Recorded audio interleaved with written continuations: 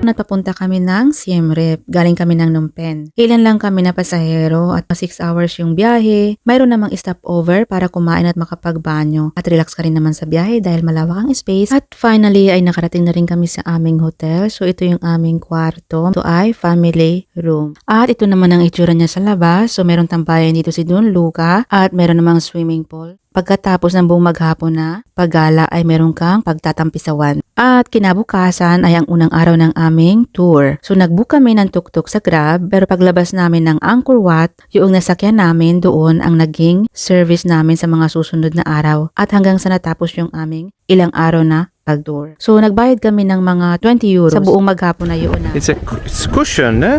This. Now we're entering the complex of Angkor Wat, but we're still not there, I think.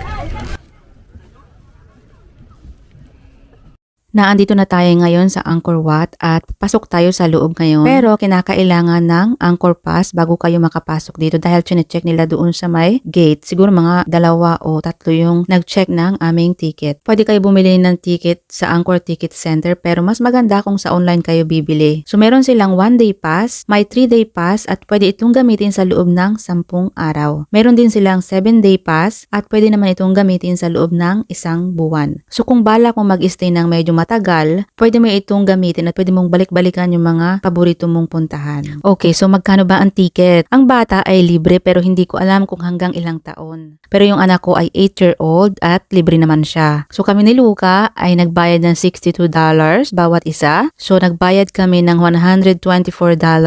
Yun ay para sa 3-day pass at pwede mo siyang gamitin hanggang 10 araw. At kung nais mo nang masilayan ng magandang sunrise dito sa Angkor Wat, kailangan ay 5 AM pa lang na andito ka na. So yun, kailangan bago sumikat yung araw nandito ka na nakaabang. So dahil may bata kaming kasama na napakahirap gisingin sa sobrang aga sa umaga, kaya hindi namin nasilayan yung sunrise dito. So ngayon nandito naman tayo sa kanilang Bayon Temple at ang sabi ay nasa mahigit 200 smiling faces daw itong mga nakaukit dito sa pader. Grabe no, nakakamangha talaga ang lugar na ito.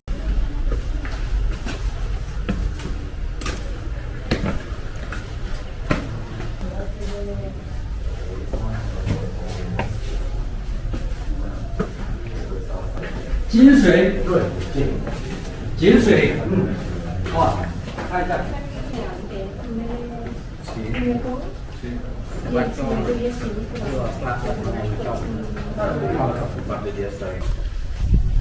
Marco, puoi fare la foto?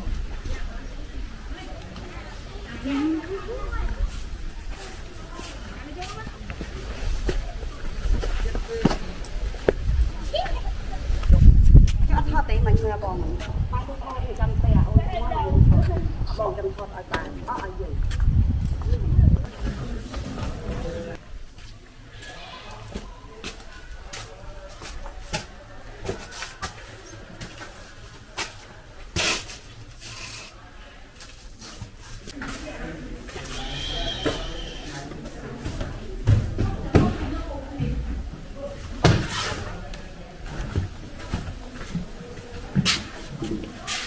Như là lóc à?